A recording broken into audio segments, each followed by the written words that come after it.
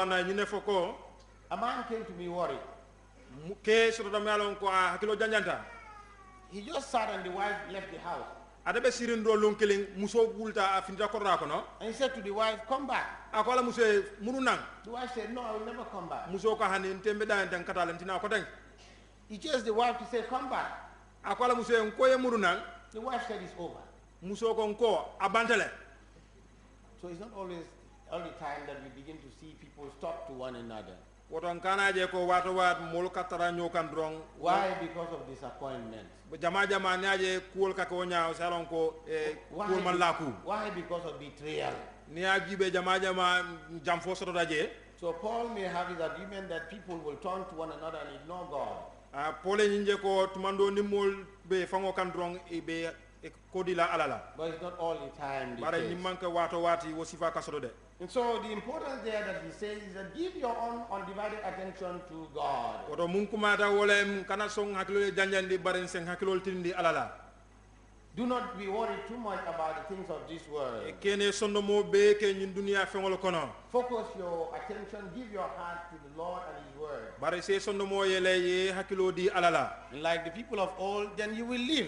Naaje mo folo ka mun keno kanyine ke andum baluwo sotora. In the gospel passage, Jesus encountered some people in the synagogue. Na karan sabanyo kono nga Jesus Christ je chocho kono. And there we are told that there was someone there who was sick, who was possessed. Andu nga nyin kala muta ko kedolo soto je mu yalon ko setane fengo bala. And Jesus as God knew that. Andu Jesus Christ ka ra nyin ke woje nyin kala muta ko. Even the unclean spirit knew who Jesus was. Andu nyin setane fengo mu yalon ko be nyin kewo kono anda fana kala muta ko Jesus wolam jumati. That's why he began to shout, what do you have to do with us, you Jesus? Wala na akaye ko ite lafta kamune ken tolle ite Jesus. Go away and leave us alone. Ta jamfantol ma yentol bulantol drong. We know who you are. Bayren tol ngalo itelem jumat. The Son of God. Itelem ala dingo fawot. The Holy One of God. Ala la mo kendo. But Jesus, being more powerful, Jesus knowing fully well what the kind of spirit that was, drove the spirit by word. Jesus ay kala muta ko ate mumenti ando ay sembo mun soto anata ni setane fo bay.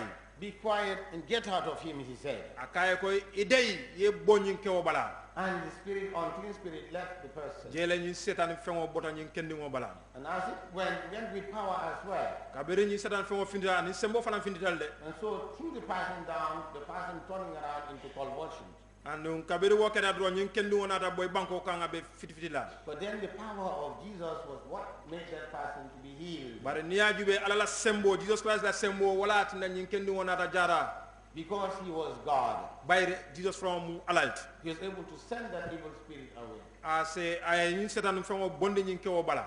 And so you realize the people were amazed after it all. Kabere nyin ko be kada mol mbiye inata jakal. What sort of thing is this? What kind of man is this? He even sends unclean spirit out by the power of his word. This is a confirmation of Jesus as God. Jesus Christ alalem. Because in the book of Genesis, God commanded things that it happened by word. He has said, let there be light, and there was light. And so by command, by word, he allowed things to be. So the importance of the word of God, which I spoke of earlier on. The word of God that comes through prophets. The word of God that is the source of life for the Old Testament people. Jesus, the word of God that is our own source of life too today.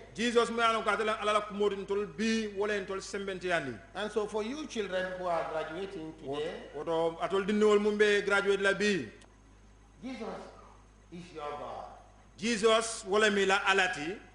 Jesus is the one that you should believe in his power. Jesus is with you even in your own young, youthful age. Jesus natol be ñola surtout ma lañu jamono mu yalan ko be al fondin kaya kono. He can give you the power that comes from him. Jesus Christ is sembo di Allah tro mi yalan ko wala batana ya. So if you take this step in the church today, odo bi na len simfanyata chocho kono. It's like you are growing another step closer to Jesus. Amunta ko albetama kan silola mu yalan ko ka futa Jesus Christ ma.